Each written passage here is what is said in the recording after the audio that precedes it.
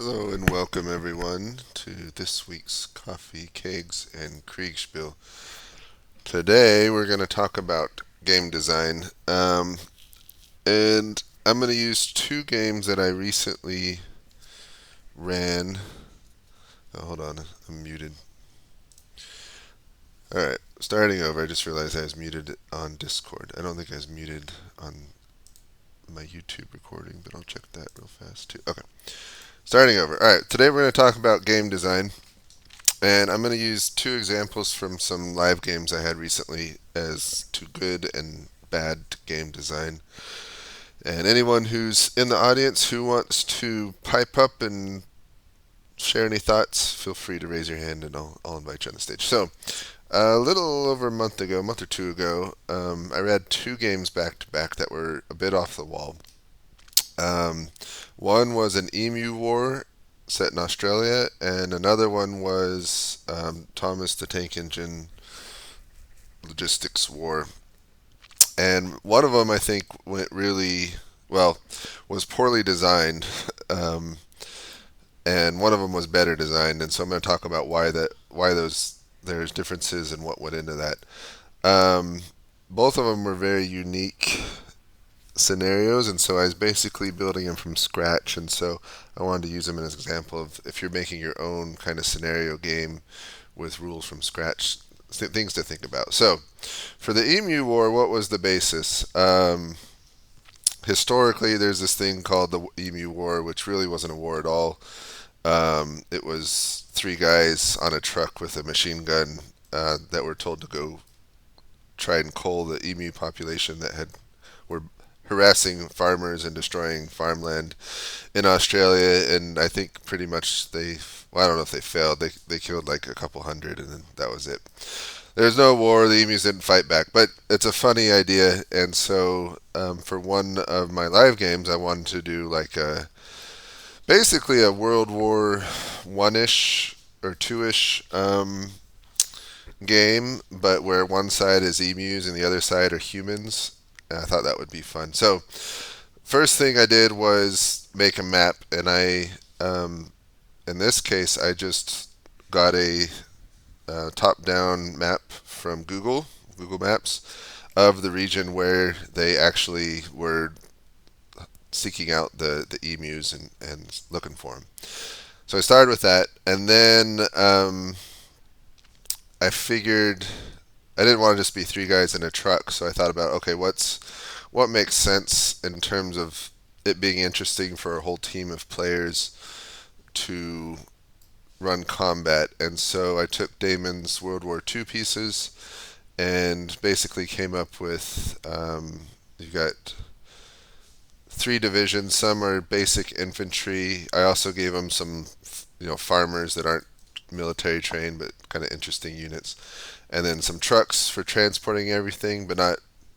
They could transport some things, but not everything, and then some larger artillery and some machine gun groups, and then some cavalry. And I just kind of eyeballed that what made sense for a team. I think they had either three or four players, and since you don't want so many pieces per player that it's overwhelming for both the player and the umpire. And so this is what for one player it's 1, 2, 3, 4, 5, 6, 7 pieces. That's about perfect. Um, I don't think they divided it this way, but yeah. So this guy has a little bit more, but between all of them, it's like 7 to 10 pieces per player. It's perfect. And then I ratioed. So I started with that, and then I figured, okay, how many emus do I had, or do I need to have? And the idea was, my idea was the humans would have the advantage in, of course, firepower and range with the artillery and the machine guns, but the emus would have the advantage in numbers. And actually, I wanted it to kind of be a I always forget the name of it, and I'm gonna look it up. I want to say Isolwanda battle, but I always I always forget it. Yeah, the Battle of Isandlwana, which I'm probably mispronouncing. The one where the British I can't remember the exact numbers now, like 1,500 British versus 20,000 African warriors. I wanted it to kind of feel like that, and so I set up the scenario that way where they knew they had to come fight the emus, and they were kind of coming into it blind. And I thought they would split up into different groups and get overwhelmed. It didn't quite all end up that way, but I wanted for the human players to feel was, holy crap, there's a whole bunch of them, and they just keep coming, and like, are we going to survive this? Which I may have achieved. I'm not a little bit. I'm not sure. And so I had to ratio once I had the human army pieces built. I had to ratio the number of emus so that the it was balanced in a way that the emus had a chance in overwhelming and defeating them, which they did in the game we played, but also that the humans, if they played it well, they had a chance of holding their ground and actually repulsing the emus. Um, the main mistake I made in this was I was let's see, did I set the scale? Yeah, that's 10 miles. So this is 10 miles here. That's a 10-mile length. And so as I was thinking about the turns, um, these are the rules I came up just for it. So I thought, okay, 15-minute turns. That probably makes sense. And then I looked at speeds. So um, I said emus, they can do a 30 mile per hour sprint um, for long distances, which is actually pretty impressive. So for I looked up how fast can emus actually go, and they can go pretty fast for a pretty good distance. So I worked that into the rules of how fast they could go. Generally, I said they go 7 miles per turn if they're running, and then 1.25 miles per turn otherwise, and they could basically run for 2 turns. Um, and then humans, if they're on foot, they're going a mile per turn, so 4 miles per hour, which is a decent speed. And if they're on the trucks, I said they could go 5 miles per hour, or per turn, sorry, if they're off road, and 15 on road, which is equivalent to 60 and 20. So the speeds are all fairly reasonable for what's an actual speed. But when you're doing a 15-minute turn, the problem I ran into with the scenario is um, basically everything was running into each other without seeing it. So if you're doing a 15-minute turn with something that can go 30 miles per hour, the humans were going up the road, and before they knew it, since they were on the road and in trucks, they ran into the emus. And then the emus, because they could do sprints of 30 miles per hour, they could actually come and like attack into the flank of the Americans, or not the Americans, they're Australians, um, with the Australians not even seeing them the turn before. So having no warning that there's something moving on their flank, no way to react to it, that just boom, they're hit by the emus. And that's no fun as a player, because if you're a player, we're just going to make this, we're just random. Okay, so we're McMurray here at the HQ, right? And this is our screenshot. So the reasonable screenshot is, maybe a mile, 2 miles, so something like this, right? So this is McMurray right now. That's what he sees. He says, oh, there's a bunch of emus to the north of me, so he makes some kind of plan to, form up and face and start shooting these emus. It's a good plan. And on his next turn, all of a sudden, emus come out of nowhere from 3 miles away, and they're already on top of him and attacking him. Yes, it can happen sometimes, but generally for a player, that's not a fun scenario, because it's like, well, there's absolutely nothing I could have done to prevent that or stop it, because within 15 minutes they're on top of me, and the umpire didn't give the player a chance to respond in any way. So now I'm just being outflanked, and it's no fun. So for that was the main reason why I think this scenario was a failure. The scale of speed to what players could see was too high. So how should I have fixed that? I probably should have done shorter turns, like maybe 5 minutes or 10 minutes. That way, if you had emus charging in on the flank rather than them being on top of you, there's a turn where you see them coming in, but they haven't hit you yet, and so you can respond to that. You got to make sure the time scale is correct so that players have a chance to respond. That's what's going on. If everything's just zipping across the battlefield and it's just uncontrollable, it's no fun. So That's my example of a bad scenario. Now let's jump to what I think's a better scenario. I think I did all right with this. So this came out of a request from Kevin, who basically said he wants you never see games that are really focused on logistics. It's always the combat and maybe the logistics is secondary. And I said, oh, that's kind of fun. So I was trying to think of how do you make a game about logistics where the logistics is fun to manage. That's still like the hard part about logistics in any game is it can be a giant pain for the umpires to manage.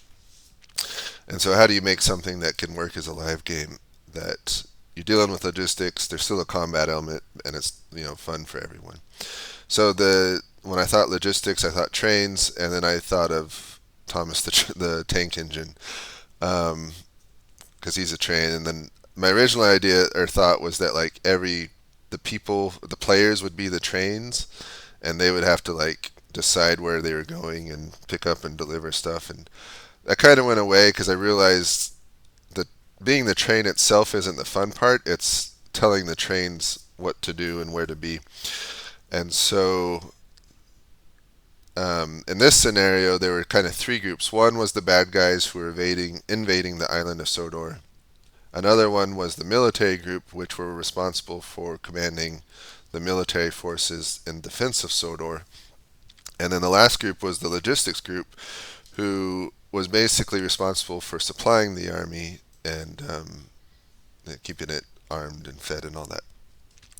So the nice thing is there's people that like Thomas the Tank Engine enough that they went out and recreated the island of Sodor in really good detail. This map's actually good enough. You could just do a normal Kriegspiel fight without it being a quirky train thing. So first thing I did was get the map. You always got to start with the map, and then you look at the scale of the map. So you can see it's 15 kilometers across, and then so I'm basically starting from a blank slate in terms of designing this game and how I want it to look, and it's a lot like creating a board game, except I don't get lots and lots of. Well, I could, but I didn't do lots of iterations of testing it to make sure it's all balanced and the mechanics work right. So as I designed it, I thought, okay, I got the island. I've got, the island is set distance. I know what it is.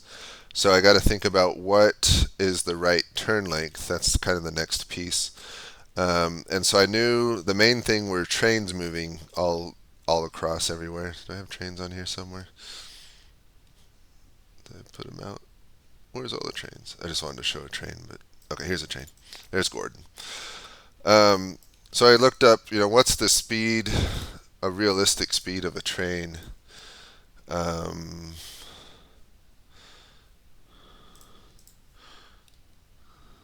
Yeah.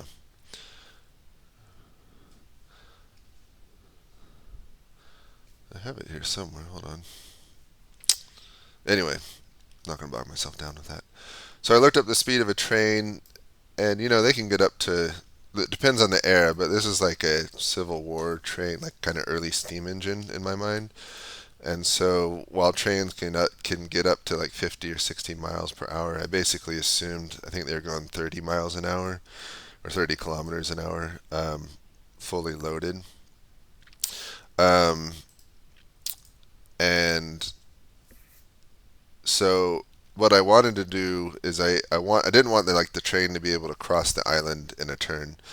Um, so if I did like a 6 or 8 hour turn, that would be across the island. That'd be a little bit ridiculous. So I've given the speed that I had, which was I think it was 30 kilometers. I was trying to find it.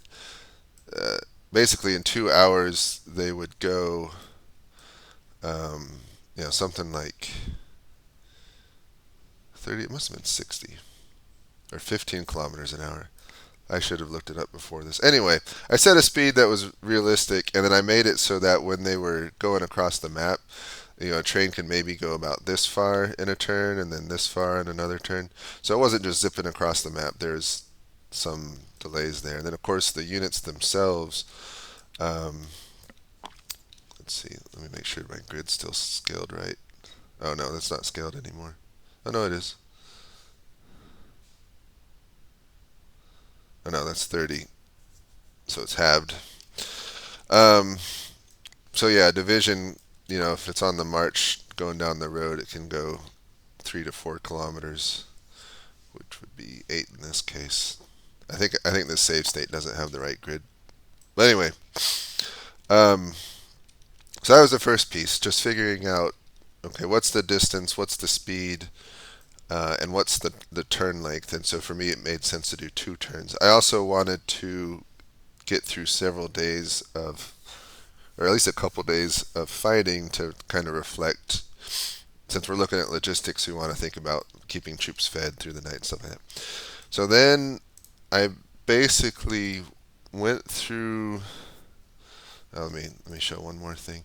The other thing I knew I wanted to do is I wanted to have something, not just one thing that had to be supplied, but several.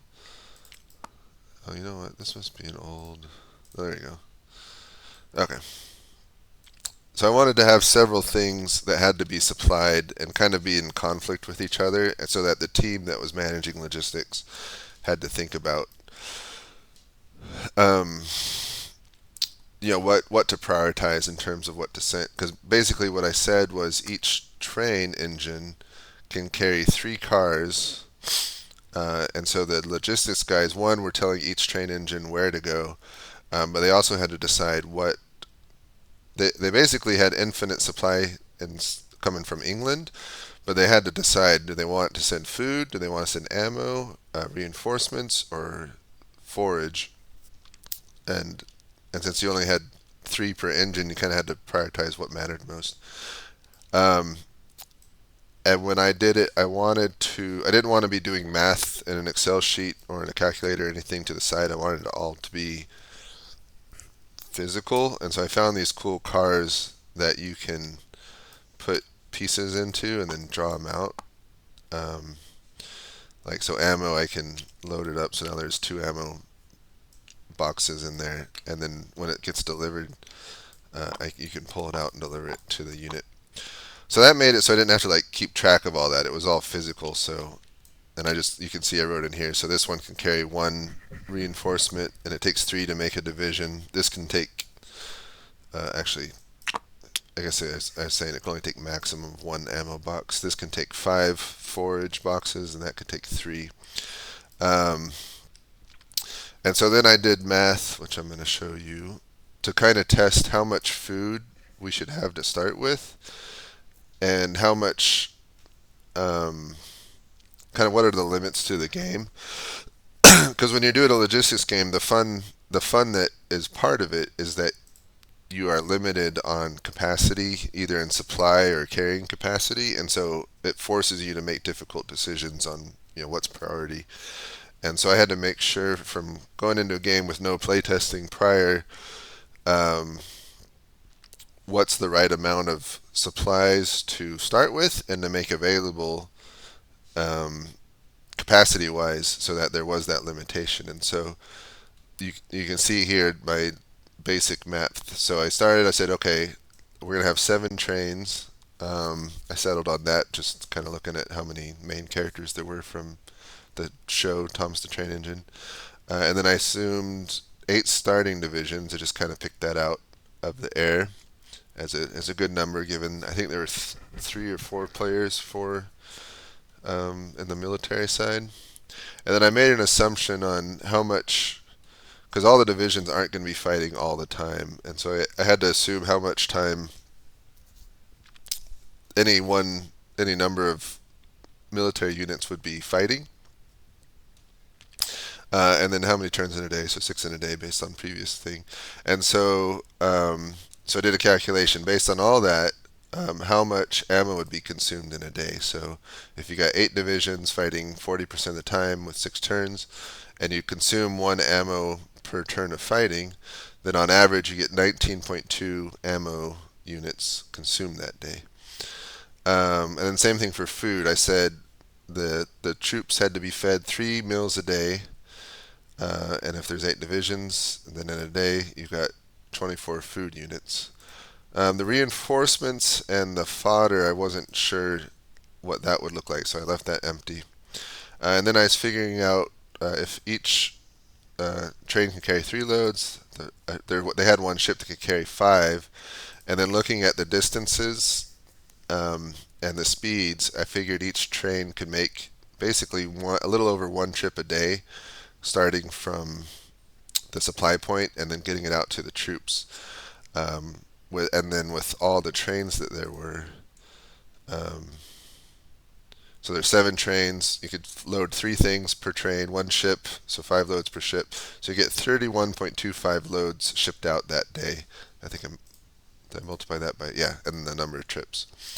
And so then I calculated what's the maximum shipment volume that you can ship of each type, because as I showed, the different cars had different capacities.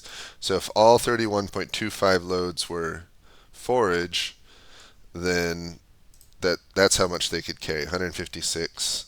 That's how much food, that's how much ammo, and that's how much reinforcements they delivered. And then I just divided by 4, because if there's 4 different types, so assumed you equally, um, without any thinking, you just split the shipments equally into quarters, then that's how much you would have um, to deliver in a day. And then using those numbers, I don't have it on here, but I figured, okay, that's kind of the delivery amount, and I have the consumption amount. So for example, um, with 8 divisions and not any reinforcements, they're going to consume 24 food. But if you split it evenly, you can only barely deliver that much food. And if they're fighting more, or if you're trying to get more reinforcements, then you're going to run out.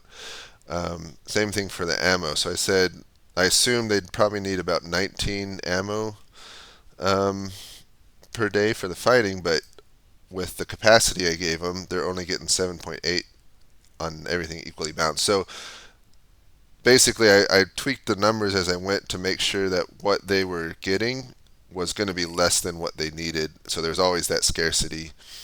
And that worked out well, despite it being a single game with basically no play testing beforehand except for my Excel calculations.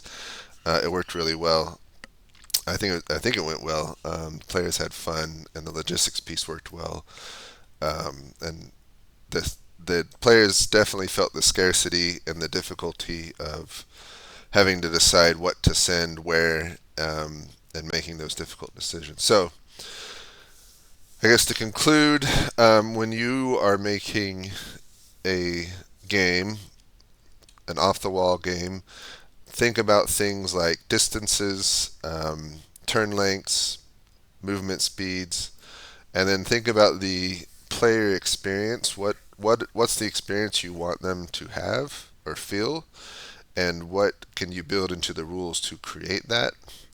And then on the other hand, think about player decision points and make sure that you're giving whatever your rules and your scenario is, that you're giving the players a chance to make meaningful decisions, because that's where the fun in Kriegspiel comes from, where you have enough. You're not going to have all the information, but you have enough to make smart decisions, and